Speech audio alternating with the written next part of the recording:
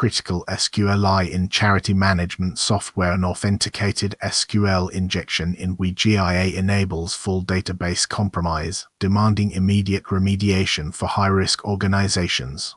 The vulnerability designated CVE 2026-33134 represents a critical security failure in the WeGIA web manager for charitable institutions, developed by Labrador Cefit RJ. With a CVSS v3.1 score of 9.3, this flaw allows any authenticated user to execute arbitrary SQL commands via the ID producer parameter in the /html/matpat/restore producer PHP endpoint, directly leading to complete database access. The absence of input sanitization, typecasting, or parameterized queries in versions 3.6.5 and below creates a low-complexity attack path with a changed scope, meaning exploitation can impact resources far beyond the initial query context. Given the proof-of-concept availability and the system's role in managing sensitive charitable data, this vulnerability poses an immediate and severe operational risk to all deploying organizations. Anatomy of a high-severity injection flaw. A fundamental failure in secure coding practices exposes critical data stores to credentialed threat actors.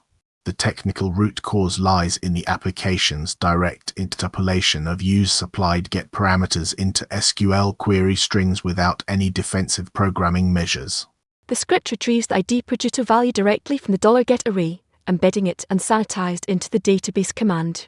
This classic CWE89 SQL injection vulnerability is exacerbated by the authentication prerequisite, which, while seemingly a barrier, is often trivial to overcome in environments with multiple staff accounts or weak credential policies. The low attack complexity and no required user interaction significantly lower the barrier for exploitation, enabling attackers to automate data exfiltration through time-based blind SQL injection techniques, making detection more challenging without specific logging and monitoring.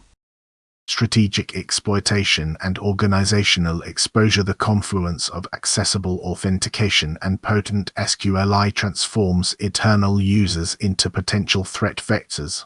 The most probable attack vector involves an adversary, either a malicious insider or an external actor who has compromised valid credentials, targeting the product restoration function. The attack's prerequisites are minimal: network access to the application and a set of authenticated credentials, with no special privileges required. This scenario is particularly dangerous for charitable institutions, which may operate with lean IT security teams and potentially weaker internal account controls.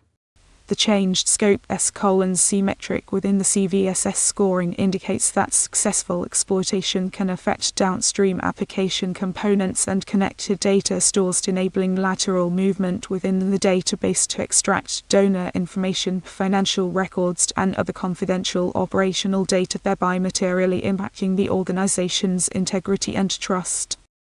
Urgent patching and compensating controls required. Treating this as a priority 1 incident is non-negotiable for maintaining data integrity and organizational trust. The definitive mitigation is an immediate upgrade to WeGIA version 3.6.6, which contains the vendor patch. Organizations must treat this as a critical priority, coordinating necessary application downtime for deployment. In parallel, implementing robust compensating controls is essential, deploying web application firewall WAF rules specifically targeting SQLi patterns on the affected endpoint, enforcing strict integer typecasting for the ID producer parameter at the code level, and applying rate limiting to authenticated sessions.